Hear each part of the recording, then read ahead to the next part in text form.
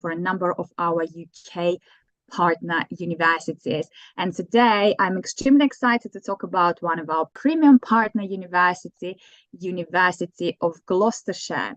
And specifically, we'll be covering University of Gloucestershire School of Business, which is incredibly popular amongst international and local students. I'm excited to be joined by colleagues from the University of Gloucestershire. So we have Asli here, who is academic course lead at the University of Gloucestershire Business School. And we have Priyanka here, who is regional manager for South Asia at the university as well. I'm also joined by my colleague Anand here from InUni marketing team, who will be helping us to run this webinar smoothly. Before we start, just a few housekeeping rules. You're all on mute. If you'd like to ask any questions, please feel free to do so. Just pop them into the Q&A section. So that's Q&A section rather than chat section. And we will take them from there at the very end of the webinar.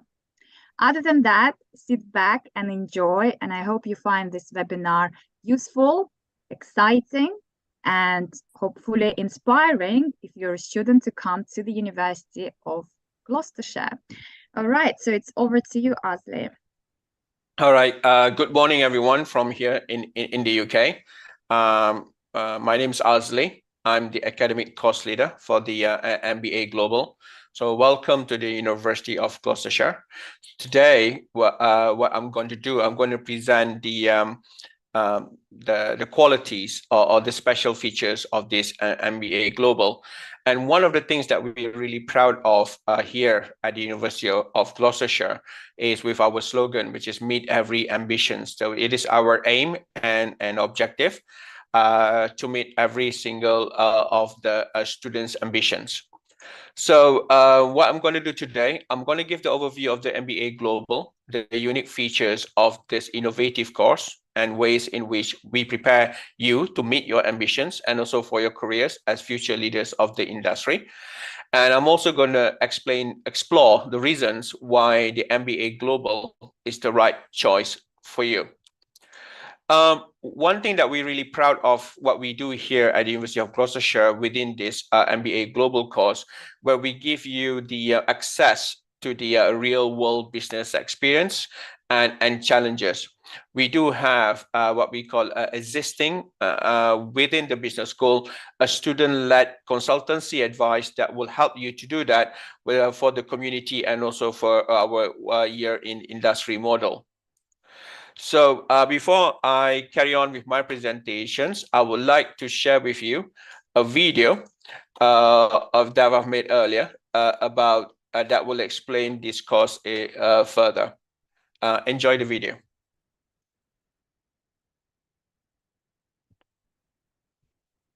MBA Global is a unique two-year course that offers the students to immerse themselves in the world of business. We expose the students to the issues and challenges faced by the global businesses. We're offering through a specialist pathway for the student to choose that fits with their career ambitions. There's also an option for the students to go for a 12-month placement that will allow students to have that industry working experience in their own career choice.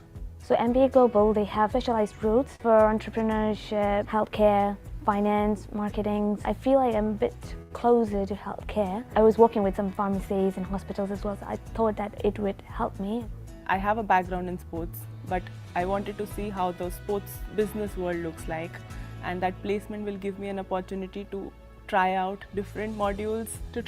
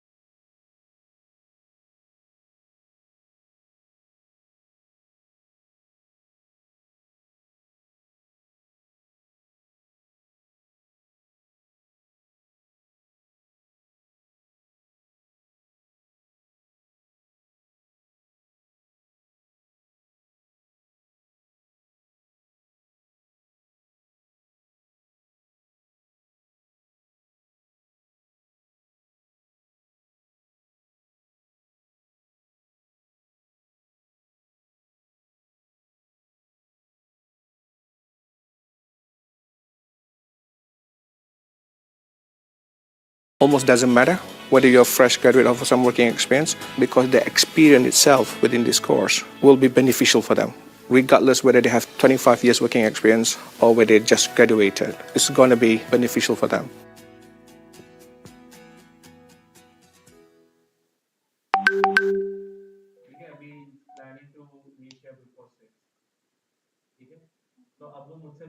Okay, that was the video. You can always watch it on YouTube if you again and again for you to find out more about this course. Okay, so let me go now to explore to you the reason why MBA Global at Gloucestershire Business School. First and foremost, it gives you that opportunity to immerse yourself in the world of business. You have plenty of opportunities to do that here. And you are also engaging with some of the most contemporary challenges faced by the global business leaders. We're looking at the issues such as crisis communications, risk management within the module, what we call the managing business continuity. Obviously, we're going to look at the module on global leadership as well, for example, that you're going to learn as well. So this applied MBA will provide you with the knowledge foundation of business before offering you the unique opportunity for you to specialize in your own chosen industrial field. So I feel that this is really important for us to build you with the a certain foundation before offering you to go into your chosen industrial field. So the second reason why MBA Global at Gloucestershire Business School, because we are focusing on that building that global business foundations, focus on developing the pillars on that business knowledge and skills. So during this program, you will learn a lot, and you also will improve your consultancy skills through the work within the module and provided significant benefit for your clients as well. There'll be plenty of opportunities for you within this course to work with a real life client and real life case study. So the third reason why MBA Global at the Gloucestershire Business School, this is something quite unique, something that I'm really proud of that we have done here in the Gloucestershire Business School, is that we provide you with a personalized learning experience. You will get a master's degree in MBA Global Business Administration with your own chosen specialized field. For example, we have a specialized field in international supply chain and logistics, international tourism management, data analysis, cyber governance, healthcare leadership, applied entrepreneurship, marketing intelligence, and design management. Now, for those who are really unsure about where they want to go, or don't really figure out what the specialist route yet, so we also have what we call the main route of the MBA Global, where you'll be studying the module on strategic consulting project, which is also very exciting specialist route as well. So in fact, majority of our students are staying in this MBA Global, the main route, because they want to study on that subject module. Right. Another reason why MBA Global at Gloucestershire Business School is quite unique is that diversity. That we have students from all over the world, not just only where the students come from, but also with regards to the experience as well. So the current profile of students we have from Malaysia, Myanmar, Bangladesh, India, Pakistan, obviously from UK, Jordan, Nigeria, USA, Hong Kong, China. So we have students really from all over the world. And like I said before, it's not just the diversity from where the students come from, but also from their background and work experience. So within the course now, we have someone which is a fresh graduate, age 21, 22, to someone the age of 52, a former company director, a former managing director. So we do have now within my course someone the age of 52, which is also a former managing director of a global finance company. So he is studying together with a fresh graduate, and for me to see the interactions between between them, and it will be quite interesting to see. We also have a strong supportive infrastructure and system. We have a dedicated support system to help students looking for placement and work experience. So we do have a specific department for that and unit to help you to achieve that.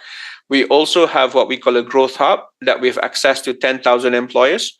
And I hope once you're here, you really take advantage of that. And we also have what we call our own internal consultancy firm, a student consultancy firm. We call it 360, and that will help you to get that real life experience. And obviously our tuition fees, my colleague will explain later on, is quite competitive as well. So in summary, this is a quite unique MBA Global course. We provide you with a strong global foundations. We have that personalized learning journey and experience with the option of specialized routes and pathways. You will be part of the community of students. We have established our MBA Global Alumni. We have our MBA Global Society. And you'll be able to interact and work with them with diverse background and work experience. We have a strong supportive infrastructure and system to help students secure work experience and employment in general. And we have the competitive tuition fees and generous international funding as well. Right. So I usually like to end my presentation with this quote from Albert Einstein. This is one of my favorite quotes. When Einstein is saying that education is not the learning of facts, but the training of minds to think. Especially nowadays, if you would like to learn about facts, you can always Google it. But what education can help you is how to use those facts intelligently and how to be able to increase your capacity to be able to understand those facts. So to do that, you need educations, right? Facts is there for you to see, but how to use those facts, how to use it intelligently and increase your understanding, the capacity to understand those facts, you need education that will allow you to think critically and also logically. Okay, right. Feel free to get in touch with me. I'm here to help, to assist you. If you have any questions about the course, feel free to follow me on LinkedIn. Right, I'm also on LinkedIn. You can find me on LinkedIn as well. So that is all from me. I think I'm bringing it back to my colleague, Dagina. Thank you, Asli. Really insightful information. And I know Priyanka here also wanted to highlight some information on scholarships. Also, just to add, before we go into further information on scholarships, obviously Asli is a team lead for Global MBA, and the information has been presented to you here. But also great news that you can apply for a variety of programs at University of Gloucestershire Business School. So we've recently received confirmation on undergraduate top-up programs in case if you're a student who studied perhaps HND or started bachelor's degree but maybe just had 1 year remaining. So depending on the course structure, you might consider applying for a final year of bachelor's at the University of Gloucestershire, which is offered starting September 2024. The university also offers a number of various undergraduate programs, again, postgraduate, including financial technology, including international business, including marketing, etc., as well as DBA program, which we will be talking about tomorrow in more detail. So definitely stay tuned to receive more information on DBA, which is a research program, in case if that's a course you're interested in. And I will leave it to Priyanka now to highlight perhaps scholarships and anything additional you'd like to highlight about UOG Business School. Thank you, Dakina, and thank you, Ashley. That was quite insightful session and information that you've provided. I hope that was really helpful for you guys. In terms of UOG scholarship, as Dagina mentioned, we have started with the scholarship for 2024 intake. That's an automatic scholarship of £1,500. So you don't really have to apply for a separate scholarship, make an application. So nothing is required. You basically need to submit an application in uni, and you will be automatically considered for that particular scholarship, and that's going to be reflected on your offer letter. So yeah, feel free to drop us any questions that you have about the university. If you want to know more about the details about the course modules, just feel free to pop your questions in the chat box, and we are more than happy to answer them for you. Perfect. Thank you, Priyanka. And yes, very good point. In case if you're an education agency, please ensure that you follow correct process. So all your applications need to be filed via GAS Gateway, which is ultimately an agent portal to submit your students' applications. Please aim to provide a fully complete file if possible. So that would obviously include passport, educational documents, proof of English, CV. In case if there are any study gaps, they need to be justified. It's also really important that the CV is up to date and highlight all the students' experience, but also educational qualifications as well. Personal statement, which needs to be obviously specific for the university and for the program that you're applying for, your students applying for. If you're an educational agency, no plagiarism, obviously, that won't be tolerated. So if you're still waiting for few documents, perhaps the student is taking English test, so proof of English is to be submitted, that's absolutely fine. But if all documents are already in place, then try to submit complete package of documents. In uni, admissions will then make an initial assessment. And if everything is fine, we'll proceed for the next step, which is conditional offer letter.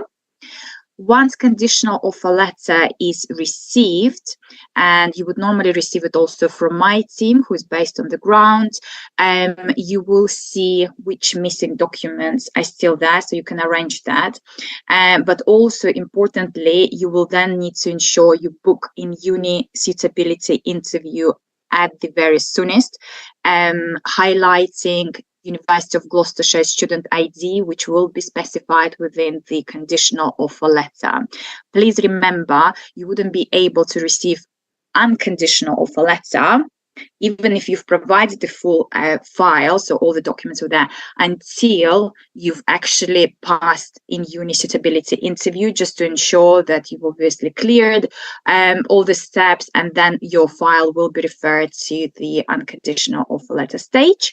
So once the interview is cleared, happy days. If you need any support in terms of the suitability interview, I have the team on the ground who is more than happy to help with mock interview sessions, any preparation that might be needed for your students. They're there for you.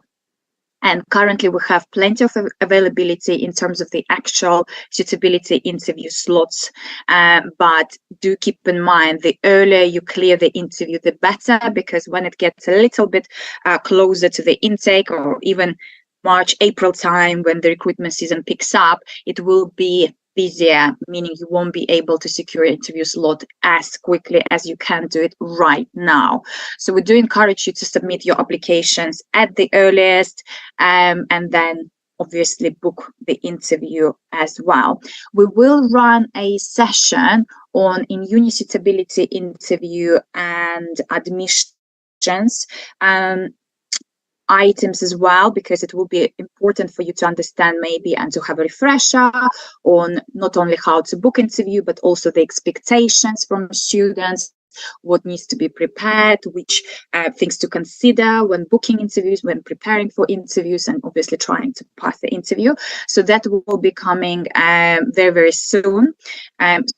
So please don't forget to join that webinar. We will have plenty of webinars for you in the coming days and weeks to ensure you are fully equipped with the knowledge you need on the University of Gloucestershire and also on in uni process.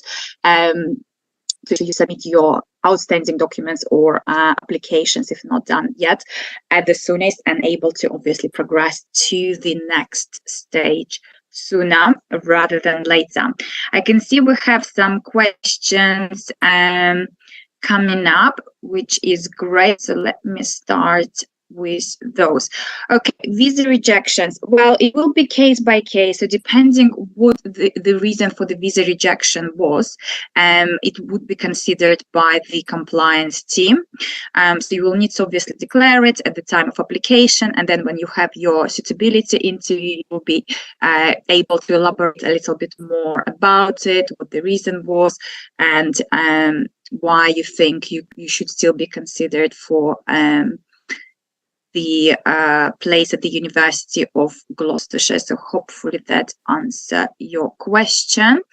Okay, so we are still working on finalizing the deadlines, but as I mentioned earlier, we're encouraging early applications this year just to ensure that you have plenty of time to prepare for your suitability interview, arrange your outstanding documents, secure your place as well, and obviously apply for CAS, which is a visa letter for those of you who might not know, in plenty of time. We did face a considerable number of visa delays in various countries last year, unfortunately, and even for this intake, for January intake, we still have students waiting for visas, even though they applied using priority service. So as it happens, those delays may, happen from time to time. So to avoid having your, visa application being delayed by the UKVI, especially at the busy time, we do encourage for you to apply and to finalize your file at the soonest, and to obviously secure your CAS and apply for your visa. It will also help you to have sufficient time to consider various accommodation options. Obviously, we do recommend you to consider University of Gloucestershire own on-campus accommodation, but in case if you're looking elsewhere, or maybe considering private accommodation, at least you have enough time, because again, when it comes to the peak season, accommodation would be also quite limited in terms of options available. Okay, all right, so next question from Abbas. So 1500 scholarship, is it automatic, or is there any criteria for this scholarship? Branka, would you like to take this question? Absolutely. Thanks for that question, Abbas. So we basically have a merit-based scholarship, which is more of an application process that we've got. The automatic scholarship is something that you don't have to make an application. It's an automatic. It will automatically reflect on your offer that you've secured this particular amount of scholarship.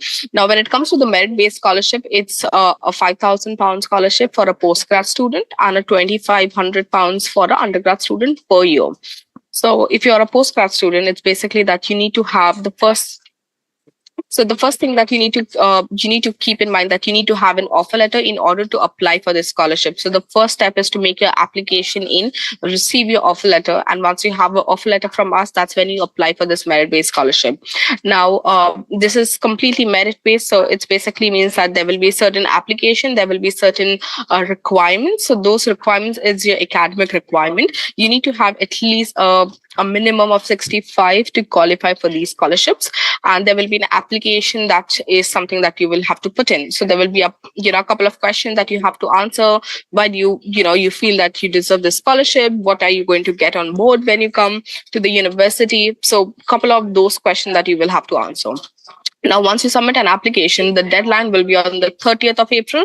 Once you submit an application, the internal team is going to make a decision, and probably within a month's time, they will get back to you and confirm that whether you have been able to secure a scholarship or not. I hope that answers that question. Perfect. Thank you, Priyanka. That's really useful. So consider questions in regards with entry criteria. So obviously it will depend which country you're coming from, where exactly you studied your previous qualification, but on average, and correct me, Asli, Priyanka, if I'm wrong, but I'm just looking at the entry criteria we have in place. It's around 55% for the bachelor's degree. So 55 to 60, obviously depending on the program, like I said, it depends on where you're coming from, that you will need to achieve for your bachelor's degree in case if you're applying for postgraduate. If you're applying for undergraduate, again, depending on the country you're coming from, you may need to do foundation. So the great thing about foundation at the University of Gloucestershire, it's actually integrated option, meaning that you can actually come on one CAS letter, which is one visa for 4 years. So you don't need to extend your visa year after year. So once you've completed your foundation successfully, you will then progress onto your bachelor's degree. So saving on stress and everything, and what's also related with visa cost and time consuming, etc. So you can just simply continue on to your first year of bachelor's degree. But if you are eligible to come for the first year of bachelor's degree, then amazing, you can simply apply directly for undergraduate degree. So for example, for students from India, we could consider higher secondary certificates or higher secondary qualification. We consider certain boards. So again, you can reach out to my team on the ground and check on specific entry criteria, perhaps depending on the board you completed, but it's around 65%. And just also check which board is being accepted by the University of Gloucestershire. We also accept certain boards in India as a proof of English, which is amazing, meaning you don't need to take IELTS or another English test, which saves you time and money as well, which is great. So hopefully that answers your question on the entry criteria, but in case if you need further information, like I mentioned, please reach out to my team on the ground. They would be happy to help, or your educational agency in case if you're a student, and obviously they will be able to guide you further as well. There is a question on 2+2 degrees for MBA. Asli, I'm not sure if you came across 2+2 option. Yes.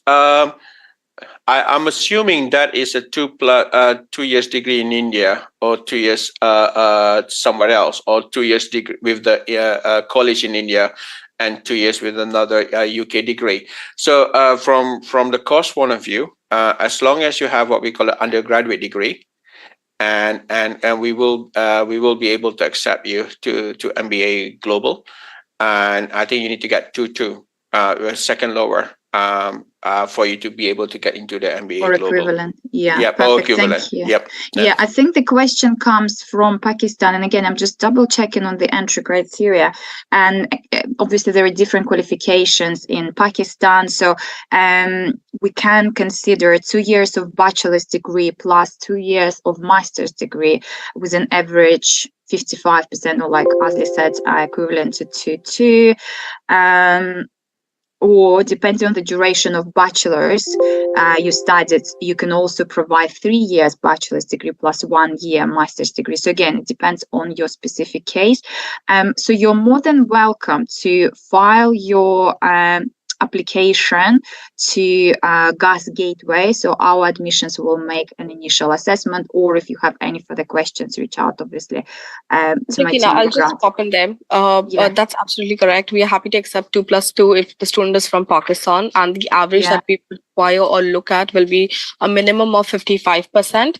And we're also happy to accept the 3-year bachelor's degree. So, whatever works, and if you have a relevant work experience, we are more than happy to consider you at a master's level. Perfect. All right. That's good to know. Thank you, Priyanka. Okay, so percentages and GPA. So that's been answered. Exemptions from taking IELTS. So like I mentioned, depending where you're coming from. So for example, for India, we accept certain boards as a proof of English if you achieve 70% in English for those specific boards, and that could be considered for undergrad, postgrad, depending obviously when you complete it. Normally it's within 5 years limit. But also if you, let's say, studied bachelor's degree in what's considered English speaking country as per the UKVI. So for example, if you studied your bachelor's degree in the UK or maybe in the US or Australia, so that could also be potentially consider as a proof of English, and it doesn't really have an expiry date, unlike IELTS, which is only valid for 2 years, as we know. So yeah, potentially consider as a proof of English. Other than that, the university actually doesn't really have an expiry date, unlike IELTS, you're welcome to reach out to my team or your educational agency or advisor, and they can guide you further on the English tests that are being accepted by the university, as we know. So yeah, potentially consider as a proof of English. Other than that, the university actually doesn't really have an expiry date, unlike IELTS for you. Okay. Any interviews? Yeah, so interview would be conducted by in-uni interview team, and that would be done, as I mentioned, at the conditional offer letter stage, and before we can proceed your case for unconditional offer letter. So the sooner you book your interview, so as soon as you receive your conditional offer letter, I suggest do not wait any further. Just go ahead, book your suitability interview. Obviously, ensure you have enough time to prepare for your interview, and you can always request for mock session. The team has availability currently and would be happy to assist. Once we have received a positive interview outcome, so it's a pass by in unit team, we obviously then run it by the University of Gloucestershire compliance team, but we also try to streamline the process and refer your case for unconditional offer letter as well. Depending on the program, for business school, I think we have quite a quick turnaround time, unless it's an intricate case or anything specific that needs to be considered by academics. So normally the university should be able to provide unconditional within 3 to 5 working days, unless it's courses that may require portfolio or academic would need to consider anything further. But again, to reiterate, when it comes to busy time, obviously it may take a little longer. So we do recommend to supply all the documents and the interview at the soonest to avoid any delays later on. Okay, can you let us know deferral process for both paid and unpaid students? Right. Okay, Pranka, would you like to take this question? I mean, we had few deferrals here within in uni. For some of them, I think we just needed to file a new application from our side. Would the university normally expect a fresh application? Would the email be just sufficient, or does it depend on the case, if it's paid, unpaid? I think if in the case of if it's paid, we're more than happy to defer. The student just has to let us know that they want to defer the applications or the offer letter to the next intake.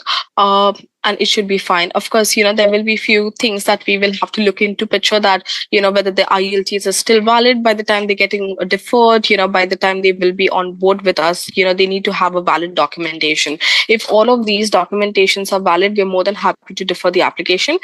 If in case, the documents expires by the time you're getting a deferral, in that case, there will be a possibility that you'll have to either resubmit a new application or just, resubmit the new document, that has expired. But it's just an email that they have to drop us an email and we should be able to do it. Okay. All right. Thank you. Yeah, I guess it maybe also depends on the case, because we had some cases where admissions requested a new application to be submitted. So I guess case by case. But do reach out to us, and we're always happy to double check with the university just to make sure we follow the right process, and also try obviously to streamline the process where possible again. Tagging. All right. Okay. So really, really important, as I mentioned earlier, that all applications are filed via GAS Gateway portal. So please do not submit applications via the university website or any other channels. If you're a student, obviously, you normally supply all the documents and submit application with your educational agency, and then they file application via GAS Gateway, just to make sure that everything is done as per the established and agreed process with the university. and the tagging is done and there is no issue. In terms of the agent change request, normally if it's internal within GUS in uni, we can look into that. You would need to provide an authorization form, the email from the student, ideally from the email ID that was used for the application itself, confirming which agents you would like to use, and then my team would also reach out to the student just to check on the same, and obviously speak also to relevant partners to make sure that they deal with the student, or whoever doesn't deal with the student any longer. Obviously, we would need to update our system accordingly. The next question is about refund process. Priyanka, would you be able to advise on that? And what's the turnaround time on that? So to be honest, the refund will take a little longer as compared to, the other process, because it's something that we need to make sure that it's going back to the same account from which has come. So one thing to keep in mind, to keep a tab of the account that has made the payment. So for example, if you've used somebody else's account to make a transfer to the university, the funds is going to go back to the same person's account. So that's something that you need to keep in mind. I will say a tentative of 4 to 6 weeks is something that you can look for a refund. Yep. Okay, great. Thank you, Priyanka. Sorry, I just need to put my computer on charge. Okay, great. Thank you. And what would be the minimum deposit for 2024? Priyanka, would you like to take this question? Absolutely. So the minimum deposit that we need is £5,500 in order for you to secure a spot with us. So just make sure that you have, this amount deposit by the deadline that we have. Perfect. All right, thank you. And just to reiterate, in case if it's your first maybe application for the UK, or in case if you're not sure, so 5,500 is obviously cash deposit. You will need to have outstanding tuition fees for the first year, minus 1,500, obviously, which is automatic scholarship, on your bank account, along with living costs as per the UKBI. So just follow UKBI guideline, or your agency would be able to guide you on that as well. So you will need to have that total amount, so living costs plus the outstanding tuition fees for the first year, on your bank account for at least 28 days before you can request CAS. And obviously, once CAS is issued, it's important you apply for visa straight away, because bank statement is only valid for 1 month. So it's important you use your valid bank statement when submitting your visa application as well. But as Priyanka mentioned, cash deposit to secure your place is only 5,500, which is quite competitive comparing to UK universities. So that would be needed at the time of your unconditional offer letter issue. So we do encourage students to pay at unconditional offer letter stage, just so that, in case of any issues with your outstanding documents or interviews, you don't then have to go through the refund, which, as Priyanka mentioned, may take a little time. So ideally, just wait for your unconditional to be issued and then proceed with your cash deposit. And obviously within the deadlines once we have them announced. But the earlier you arrange that, the earlier you are able to apply for your cash and apply for your visa. The great thing about applying to the UK universities is you can actually secure your CAS. You can apply for your CAS 6 months prior to the start date of the program, which is great. So that gives you enough time to get your CAS issued and then to apply for your visa as well, to secure your accommodation, etc., without, going into mad rush. So around end of March, I'd say April time, the universities should start, issuing CASs for September intake. So depending obviously on the start date of the program. Now, there is a question on CAS turnaround time. Well, actually, University of Gloucestershire is very organized when it comes to the CAS issuance. So compliance team works like a clock. They use really good system called CAS Shield, which is basically a portal for you and for your students to upload all documents required for CAS itself, and then you can actually track the progress on your CAS. But normally the issue CAS, depending how busy they are, and they normally would be able to issue CAS within 5 to 10 working days, I'd say maximum. But this, again, the earlier you apply, the quicker that will be. So English requirements, again, depends on the program. So I suggest you just double check with my team or your advisor. You can also see the university's website and check the course specific information perhaps and entry criteria and see which English criteria you need to go by. Did you want to add anything on that, Priyanka? Yes, Dagina, thank you. So in terms of the English, there are a couple of boards in India, so for example, the CBSE board, the Maharashtra State Board, Tamil Nadu State Board, it's all on the website. Do have a look. We give an, IELTS waiver if a student has a 70 and above in their 12th grade. So that's going to be there. But keep in mind that the student needs to have this degree done it's 5 years before the course start date. So for example, if a student wants to start in 2024, they basically need to they must have done their 12th in 2019. So it needs to be at the bracket of 5 years. So just keep that in mind. But yeah, be more than happy to accept the other IELTS, TOEFL, PT. Those are the other examinations that we accept as well. But yeah, I hope that helps. Thank you. Thank you, Priyanka. That's helpful. Okay, we have more questions. I like the audience today, really, really engaging. Lots and lots of questions. Azli, that's a question for you. Is there an age limit for postgraduate programs at UOG? No, as long as they have undergraduate degree and fulfill the requirements.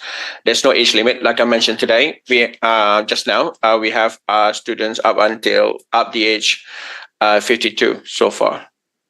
Yeah, the oldest one so far is 52. The youngest probably about 21. The youngest, certain aspects of it you may need to have some sort of working experience. But they're doing fine. They're doing well.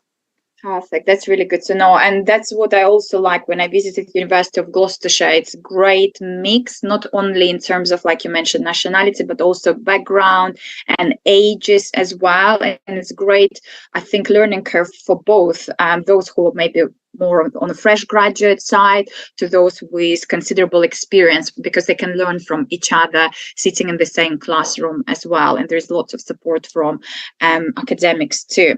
So that leads also on to the next question, whether work experience is required for MBA or not. I know if for some programs, for example, I know for international business, MSc, in case if students do not have relevant academic background, then certain work experience would be expected for a few years. So again, reach out to my team to understand a bit more. What about MBA, Azli?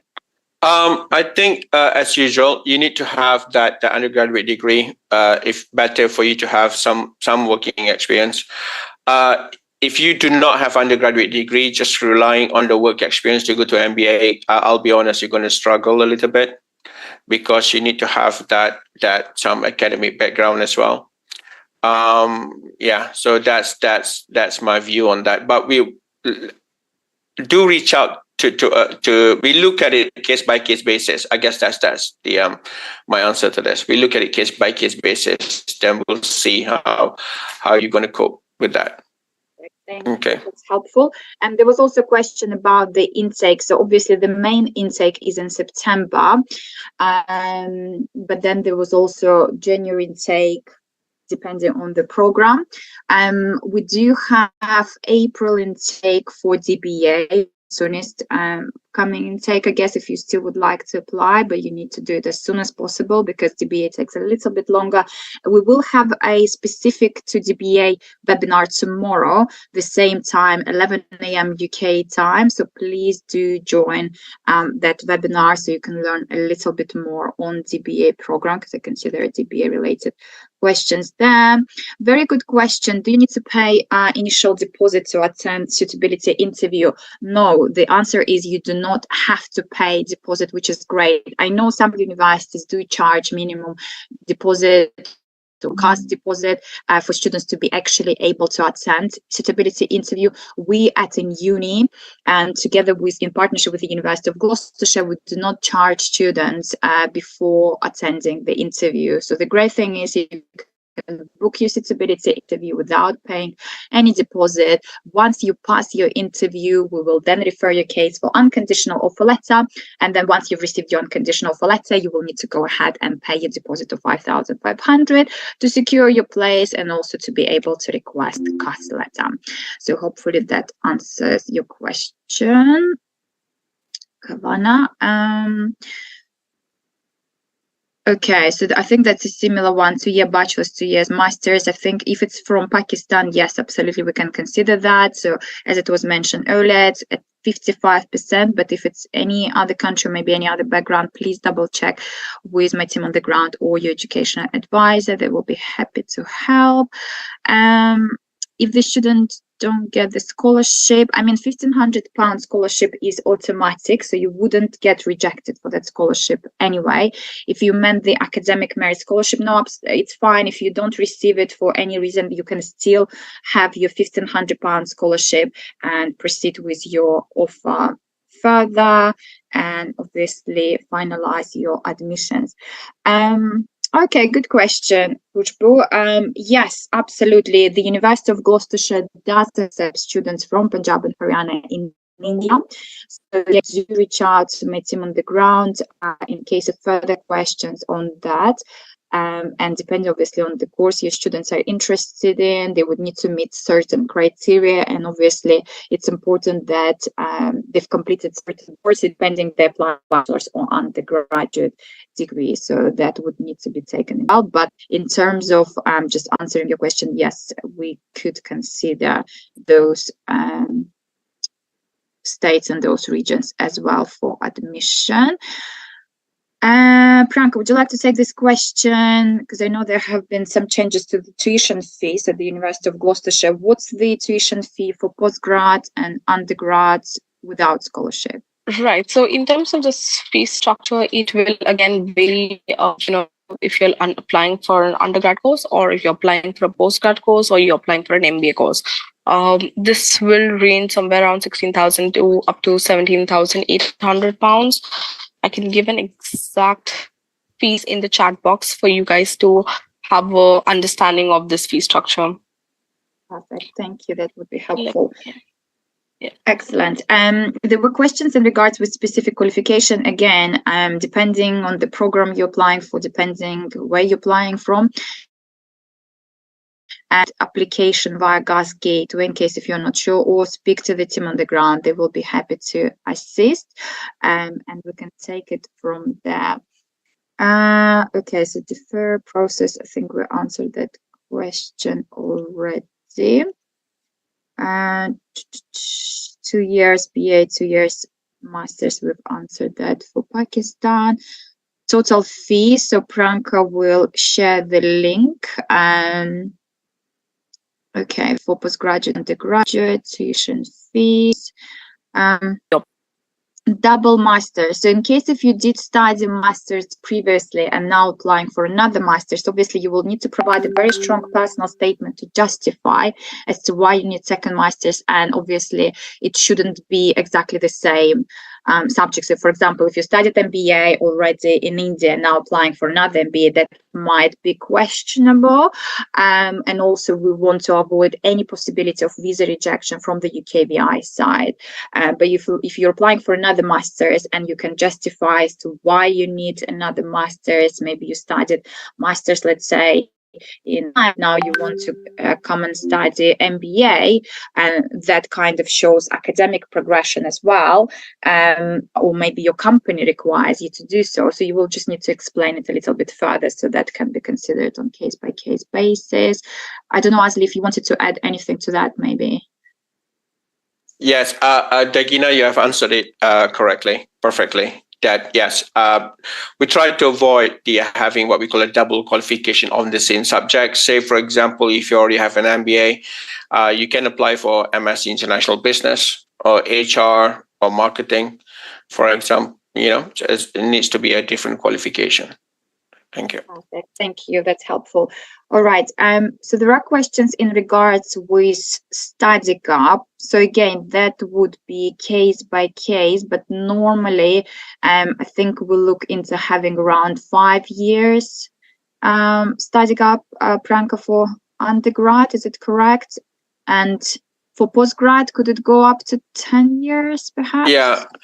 Yeah, I think, yeah. I mean, yes. I mean, yeah. It is on case by case basis, but we will accept 10 years or maybe even more. Yeah. Okay. I think in this case, it's going to be worth understanding why the student wants to come back and, want to pursue their education again. Yep. So personal statement is going to play a very important role, where you need to specify that, what are you really looking out for, in this particular course? How is this course really going to help you in future? So a very strong personal statement is something that we will want to see in such applications.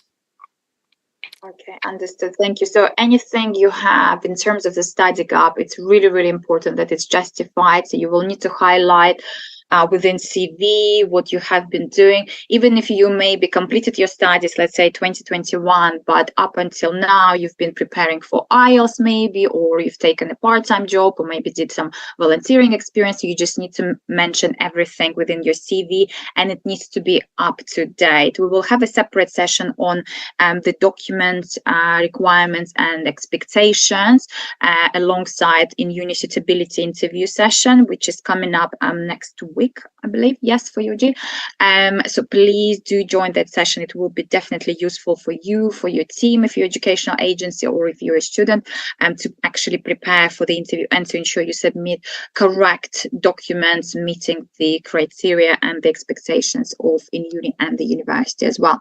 Okay, there is a question. Kindly confirm if the relevant work experience during undergraduate studies can be considered to join global MBA. Yes, it can.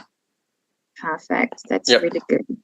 And also, actually, that's a really good question and leads me on to another point. In case if you are an undergraduate applicant, so you're applying for bachelor's degree, whether it's foundation or direct entry first year. University of Gloucestershire also offers what we call in the UK sandwich year. So that's an additional year of work experience, which will be added to your bachelor's degree. Normally you do it after 2 years of bachelor's degree during third year, and then your bachelor's is extended from 3 years into 4 years, meaning your visa will be longer as well. So it will be given for 4 years for bachelor's degree. But it's a great opportunity for you to actually gain soft skills, to gain that experience in the UK normally, and to also get paid during that year, because most of companies would pay you as a full-time employee. You wouldn't study normally during that year, but the great also advantage is you will be able to potentially then secure a full-time job upon graduation. So once you've completed your final year of bachelor's degree, and obviously secure your full-time job straight after your bachelor's degree. Sometimes students even do it within the same company if they've proven themselves and the employer likes them, so they could offer them a full-time employment afterwards. And to remind to everyone, great thing about coming to study in the UK, you will be eligible for a graduate route. What they call it now is for the UKVI, which is ultimately post-study work visa for 2 years if you completed undergraduate or postgraduate degree. If you've completed DBA or research program PhD, for instance, you will be eligible for 3 years work visa, and it doesn't require you to have a job offer per se to secure that visa. You just need to ensure you've successfully graduated from a UK university, and you can apply for that type of visa afterwards and gain your work experience in the UK. Two, share the amount to pay to get cars. So we've answered that question. That's 5,500. Okay, so there are some questions around how many days the university will issue offer letter. So again, it depends obviously how busy the university is. So if you apply now, you are more likely to secure your offer letter much quicker. So we do encourage you to do so.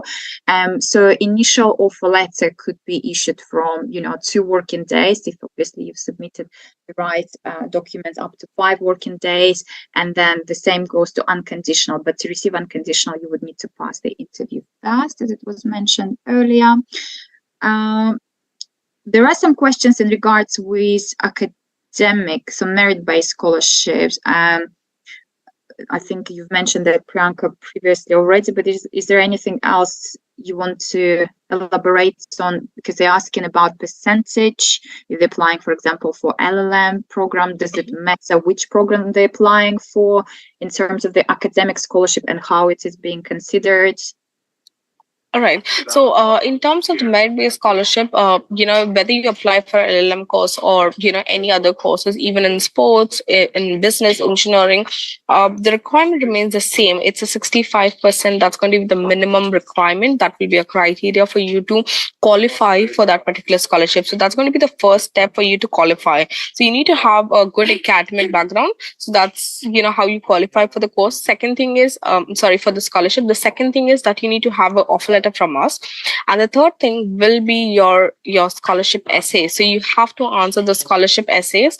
The links are all on the website, so you can just go through the website. The team is going to help you and support you with all of those process, but it's your essay which is going to play an important role in terms of how do you feel that you're a eligible candidate. What impact will you bring when you're on campus? What is the kind of skills that you have to hold that particular scholarship? So it's going to be more of understanding that what is you looking as an individual from the university. So yeah, there's more details on the website, so feel free to just pop into the website and just get some more details there. Okay, perfect. Thank you, Priyanka. That's helpful. So some questions I consider the same, which we've already answered. So deposit will be required after the interview and after you've received your unconditional offer letter. So not before the interview. Haryana, Punjab in India, yes, we do consider those applicants. You'll just need to check the entry criteria depending whether you're applying for undergrad or postgrad. Average tuition fee. So I think Priyanka shared the link, but we will also include it within the follow-up email and recording. So you can look into that. Duolingo, unfortunately, Duolingo is not being accepted by, I think, majority of UK universities now. It was mainly accepted during COVID time, but no longer. And I know many students prefer now to go for center-based test. So just double check with the team on the ground or your advisor as to which English test could be considered. And you can also look up on the university's website. Okay, so MBA top-up program or MSc top-up program. It's mainly for students who completed postgraduate diploma, or maybe they did ACCA, which is accounting qualification, completed certain number of papers. Asli, is there any other requirements that the students need to consider when applying for top-up? Yes, you need to have what we call a postgraduate diploma. It can be from postgraduate diploma professional qualifications, ACCA, or you have a postgraduate diploma from Pearson, or I cannot remember. There's another provider. But as long as you got a postgraduate diploma level 7, then you can apply for the MBA top-up. Perfect. Thank you. Can students apply for MBA? So I guess it's a regular MBA without any experience. For the MBA Global, we look at it into if you got outstanding undergraduate results, result, then we look at it case by case basis, Dagina.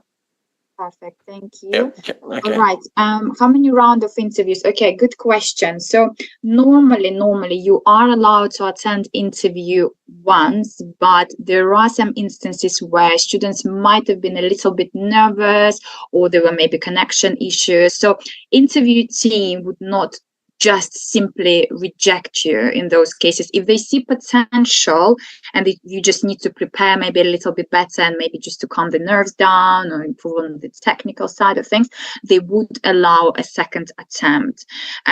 So I do strongly recommend to perhaps go through mock sessions with my team first, just to understand what the interview is about, what you need to prepare, and so that you're a little bit more relaxed. But the interview team is also there to support you. They will try to make make you as relaxed as possible by having that conversation. And also please do attend that webinar I mentioned, which is next week, on a uni suitability interviews for the University of Gloucestershire. So that should help you too. Financial documents, yes, they're normally required for CAS purposes. And as I mentioned earlier, you will need to ensure you have sufficient funds to demonstrate outstanding tuition fees for the first year plus a living cost. They need to be maintained for at least 28 consecutive days, and bank statements are only valid for 1 month. State boards, can they get IELTS waiver? Okay, so depending on the state board, there is a number of boards we do accept for English waivers. It was mentioned earlier as well. If you achieve 70%, so do reach out to the team on the ground or your education advisor just to double check which boards those are. You can also find the information on UOG website.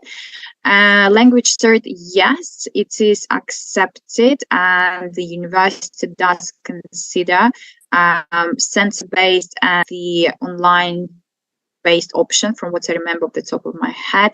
But if there are obviously any entry criteria at some point, we normally do inform our network as well. Okay, Pakistan too, I think we've already answered that. GAP, we already answered on study GAP. So again, case by case, students could be considered with a study GAP, but just ensure that obviously any gap is justified. Punjab, Haryana, we've already answered that. It's a study gap again. Okay, so again, on the full list of English tests, you can double check with the team on the ground or online. So I consider lots of questions on the same. Matured savings forecast, yes, you would need to provide bank statement, like I mentioned, which demonstrates you have maintained the required amount for 28 consecutive days at least, and that is UKBI requirement as well. There is a program about MA education. There is specific scholarship. Priyanka, are you aware of that? I don't think I've come across. Sorry, could you repeat that? The MA education scholarship? Yeah, so they're saying there is a scholarship for MA education for students from Pakistan. Yes, that's going to be for Pakistan and Bangladesh students. That's a £10,000 scholarship. It's a Great British scholarship that we have. It's just for one student from Pakistan and one student from Bangladesh. The course is education and MA scholarships. Yeah. Yes, right. All right, so it's only one for one student, literally. Okay, yeah. But the great thing is, like I mentioned, obviously your automatic scholarship of 1,500 is there for all programs. I think it only excludes DBA, right? Everything else, that scholarship is applicable. It's automatic. You don't need to worry about submitting a separate application for scholarship. Tuition fees are already quite competitive, and don't forget, University of Gloucestershire is based outside of London, which makes it much more affordable in terms of the living cost comparing to London. So to give you an idea, for example, if you're looking to study in central London and live in central London, the accommodation would be at least, I'd say, well, that's from there's £1,500 and higher, probably much higher right now. I would say around 2K, depending on the type of accommodation as well. But if you're studying at the University of Gloucestershire, which is only 2 hours from London, to be fair, and it's also within 45 minutes to 1 hour to big cities like Birmingham, Bristol as well, and you will be paying much, much less. We're talking under £200 per week. And again, depending which type of accommodation you go for, you might find something cheaper, or if you're going for a bit of a luxury, and obviously might be a little bit high, but it's much, much more affordable. So lots of savings for you. Cost for £5,500 deposit. Yes, correct, Neha. Any sort of program or research program? Okay, good question.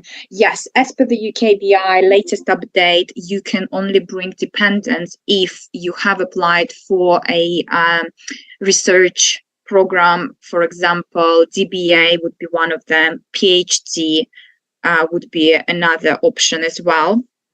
So if you're applying for any of those programs, yes, absolutely, you can bring dependent. And once you have graduated, you would also be eligible for 3 years graduate route, which is ultimately post-study work visa. But we will be talking a bit more on research program, DBA program tomorrow, so you can learn about that option in more details if that's a program that you are considering. English language test requirements, again, it depends on the program you're applying for, which English language test that you're considering, but the regular ones, IELTS, Pearson, can be considered. Language cert, I think there was a question for Pakistan. Language cert is quite popular in Pakistan, so that's something that the university also could consider. If someone has done ACCA, would they be eligible for MBA program? I guess it depends how many ACCA papers they completed, right? Yeah. If you have a full ACCA, obviously you can go for ACCA or CIMA. You can go for MBA Global program, which is a full-time program. We do accept ACCA to do MBA top-up master stage, and there might be a certain conditions so we put you to do only a research on accounting management or something along to justify that you get the MBA. I think so make the applications, then we look at it from there. But for the MBA top up, it depends also what the course leader is thinking. The course leader is Julian Grail, and so what I got to say is that you make the application, and we do accept them. Thank you. Thank you. Amount to pay for CAT undergrad, it's exactly the same as postgrad, so it's 5,500 across the board. On scholarships, I think we've answered that question already. Yes, it's 5,500 for everyone, and like I said, for UG PG, there are certain questions on the specific qualification. So again, you would need to double check. You can check with the team on the ground as well to see which program, obviously, you're applying for, which qualifications that you're supplying, what's the requirement for that specific qualification. But if not sure, you can always submit the document that you have to my team on the ground, and we will then check with admissions at the university as well, just to have a bit more of understanding on your specific case. Or you can obviously submit your application via GAS Gateway, and our admissions will take it from there and make an initial assessment as well. IELTS waiver for those with ACCA background, well, it needs to be the actual bachelor's degree, and it needs to be taught in English speaking countries. So if a student studied ACCA, obviously it's not necessarily a bachelor's degree, and also it depends where they studied. If they studied in, let's say, in Pakistan, obviously that wouldn't be considered as a proof of English, unfortunately. Open School Board, Priyanka, do you know much about Open School Boards? Yes, Sagina. I think we'll be happy to accept the open school boarding as well. Again, it depends that what was the student doing, because open school boarding is kind of a part-time that the students do. So we want to understand, okay, what was the student doing apart from this period of time? So a detailed application is something we would like to see, but we are more than happy to accept those qualifications as well. Excellent. Thank you. Yeah. And is it the same for Open University? It's actually the same. It's the National Open School schooling, which is based in India. I'm sure they have that question. Yeah. Okay, yeah, because there were two separate questions. I just wanted to double check. And just remind us, I guess, in terms of the online degree. So if somebody studied degree, let's say online, would that be considered as well? Again, it depends. We will have to check whether it's been from an accredited boards or the schools or the universities. If yes, then we are more than happy to accept those applications. So again, it will differ case to case basis. And again, needs to have a very strong applications, because it's not a full time and it's, more online delivered. So, yeah. Yeah. Okay, perfect. All right. I think we've covered most of the questions, but in case if we missed anything, there was a lot of questions, which is great. So thank you so much for being such an engaging audience. Really appreciate it. But if you have any further questions, feel free to reach out to your education advisor or to my team on the ground, who would be happy to help. We're having a series of webinars for the University of Gloucestershire and uni, as mentioned, on suitability interviews, admissions, in the coming days and weeks. So please stay tuned for more information on those webinars, and we really hope to see you there. Thank you so much, Asli and Pranka. Really helpful session. And thank you, Anand, for helping us to run this webinar as well. Have a great rest of the week, and I'll see you soon. Bye-bye. Thank you, Dagina, and thank you in uni for all the support that you guys are doing. Thank you so much. Thank you so much. Bye-bye.